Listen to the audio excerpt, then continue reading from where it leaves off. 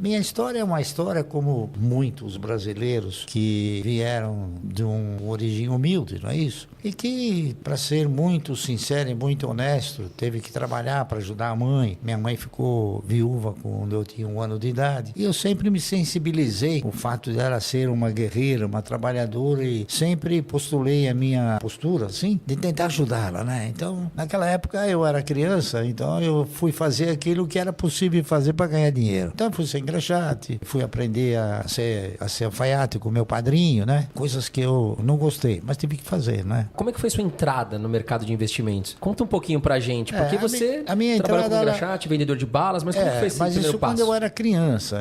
Depois eu fui evoluindo, evidentemente, eu fui crescendo. Eu me formei em contador, não é isso? Em 1958. Em 1962 eu me formei em economia. E aí então eu já havia adquirido uma certa maturidade em termos de economia, não é isso? E nós então fomos evoluindo na razão direta das pesquisas que a gente foi desenvolvendo.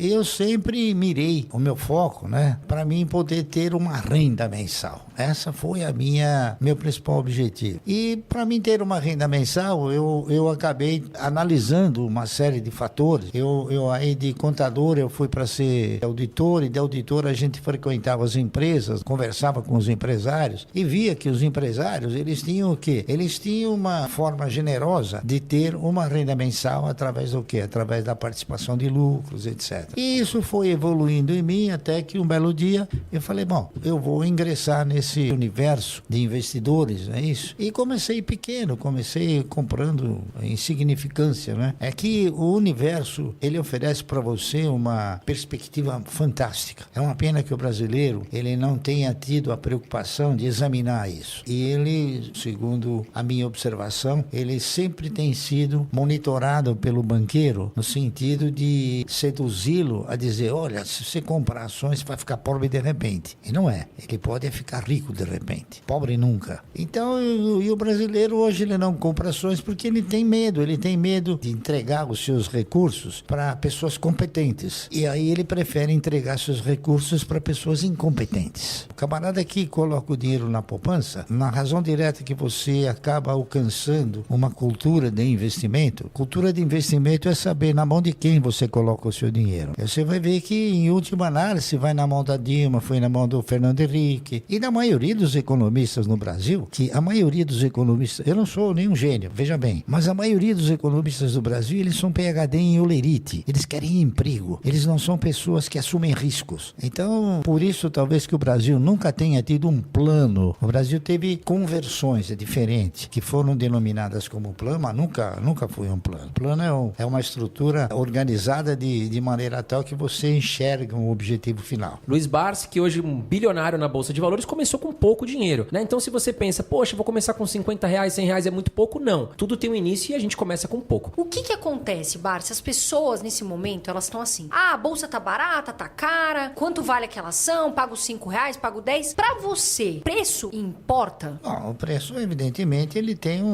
é um dos componentes. Ele é um dos componentes da decisão que você acaba tomando. Mas ele não é o único componente. Ele, conforme disse, é um dos componentes. É preciso que você tenha o quê? Que você tenha um elenco de fundamentos que possam te conduzir a você exercitar uma carteira de renda mensal. A minha visão principal é carteira de renda mensal, que eu faço isso desde 1971 e vou continuar fazendo até não poder mais. Porque é a única trajetória capaz de te conduzir ao quê? A você ter um futuro estável. É a única trajetória. Não existe outra. Quem está entrando na Bolsa desde o ano de 2019, pegou uma alta ali muito grande em 2019, em 2020 veio o efeito pandemia, a Bolsa despencou, a gente teve alguns respiros, mas digamos que os investidores perguntam pra gente, e aí André, Carol, o que você acha a Bolsa hoje, no nível que tá? Tá barata? Qual a sua opinião, Barsi?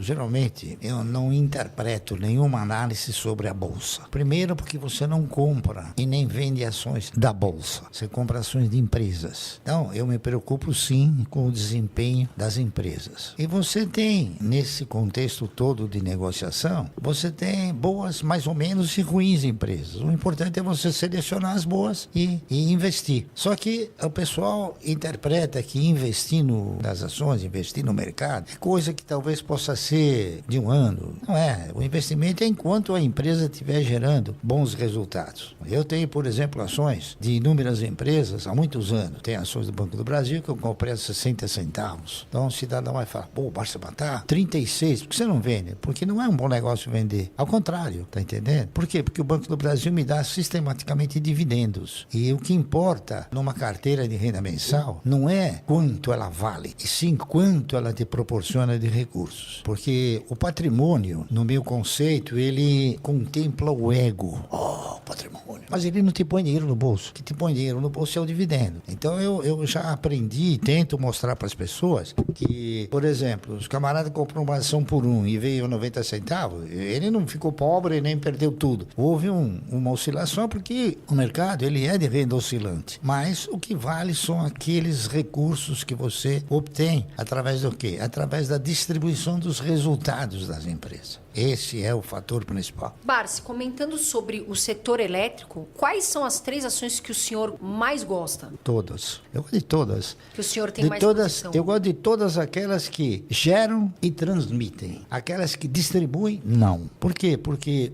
o custo de geração e o investimento em geração, como o investimento em transmissão, é muito menor do que o investimento em distribuição. Distribuição, a empresa tem 70 mil clientes, né? E na transmissão tem 1 ou 2. Então, o custo é sempre menor, o custo de operação, consequentemente, o resultado é sempre mais significativo. Quais os melhores setores da Bolsa para você, Barsi? Os melhores setores para você investir são aqueles sem o qual uma economia não funciona. Esses são os melhores setores. Então, você tem energia elétrica, setor de bancos comerciais, você tem telefonia. Saneamento eu não aprecio muito. Eu tenho algumas ações da Sabesp compradas há muitos anos, mas um saneamento aqui no Brasil ainda tem muito lugar que tem fossa, né? Então, o investimento em saneamento, como ele é feito mais ou menos, a maioria por estatais, então, o que você coloca embaixo da terra não gera voto. Quando que o senhor acredita que é a hora de vender uma ação? Quando ela não gerar mais os resultados que você espera dela. Mas o senhor acredita assim? Porque muitas pessoas têm dúvida. Vamos dar um exemplo aqui, a Magazine Luiza. Tá passando, né, o varejo tá passando esse momento delicado, as ações estão despencando e aí os investidores ficam assim, será que eu vendo ação agora? Será que eu não vendo? Será que eu compro? Será que não? O senhor acha que depende da fase, por exemplo, a Itaúsa agora, o senhor vendeu porque, né, de repente veio essa fase, ou seja, vende porque tá passando esse momento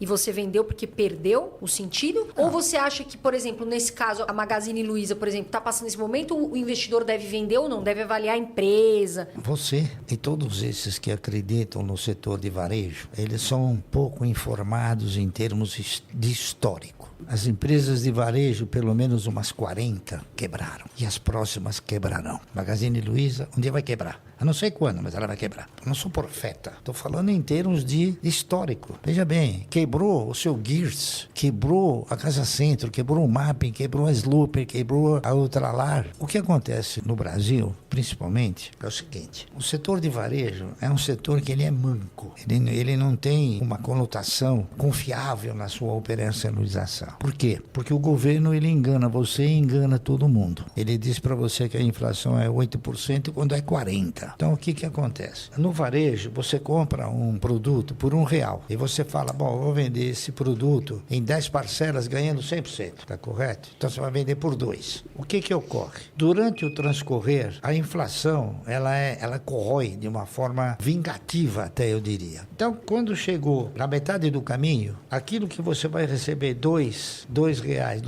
no fim da linha, você já tem que comprar esse produto por R$2. Então, o varejo é uma atividade que você tem que estar sempre aportando recursos, sistematicamente. É por isso que, na minha avaliação, ele não é um setor bom. Então, quem compra varejo é porque ele desconhece isso. Quais são 3 empresas que o senhor não tira da carteira? Desde que o senhor começou a investir, o senhor pretende ficar com elas até o final? A Klabin é uma delas. Eu diria também o Banco do Brasil, porque o Banco do Brasil, ele é a única empresa estatal que tem um bom dono, que se chama Previ, porque ela também é uma empresa controlada pelo governo, né? Mas ela tem a Previ. E a Previ vi não são os políticos, são os ex-funcionários. Então, há uma preservação muito mais eficiente no caso do Banco do Brasil. E uma terceira empresa também, eu diria a Unipar, da qual eu faço parte como membro do conselho, que são atividades que são importantíssimas numa economia. Qual ação que nesse momento o Jacaré está de boca aberta querendo comprar? TASA. Taurus Armas. Eu estou comprando também ações da Vibra, na razão direta que elas passam a ser uma boa opção. Já comprei uma boa posição de Cosan e estou esperando ver se cai um pouquinho mais da Auren, que é da ex-CESP. Como que o senhor vê a renda fixa? Porque muitos investidores agora estão falando, vou sair fica aquele gira-gira de carteira. Vou para a renda fixa, vou sair da renda variável. Como que o senhor enxerga a renda fixa? Eu respeito todos aqueles que acham que nesse país existe renda fixa. Sabe por quê? Porque a renda fixa não existe. Existe perda fixa. Se você for fazer uma avaliação correta do seu poder de compra entre dia 2 de janeiro e 30 de dezembro, você vai ver que o seu poder de compra, a perda desse poder de compra, é no mínimo 2 vezes superior àquilo que a renda te oferece. Então, vamos supor, você aplica no dia 2 de janeiro numa renda fixa. No fim do ano, você vai ganhar 10%, 12%. Só que você perdeu 24%. Então, não tem renda fixa. Você mal consegue reajustar o dinheiro. Enquanto que nas ações você tem essa possibilidade. E é uma pena que o brasileiro,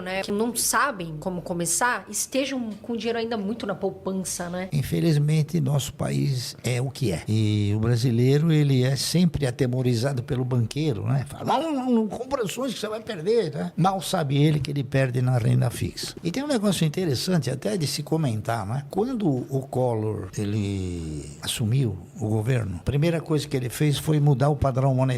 Ao mudar o padrão monetário, ele tirou o cruzado e instituiu novamente o cruzeiro. O que ele fez? Ele encurralou todas as aplicações, menos as ações. Então, para quem diga que as ações não têm garantia, elas têm uma garantia maior do que a poupança e uma segurança ainda mais intensa. Eu, por exemplo, não fui afetado. Eu tinha ações, fiquei com as ações, estou com elas até hoje, ganhando, e teve muita gente que perdeu dinheiro.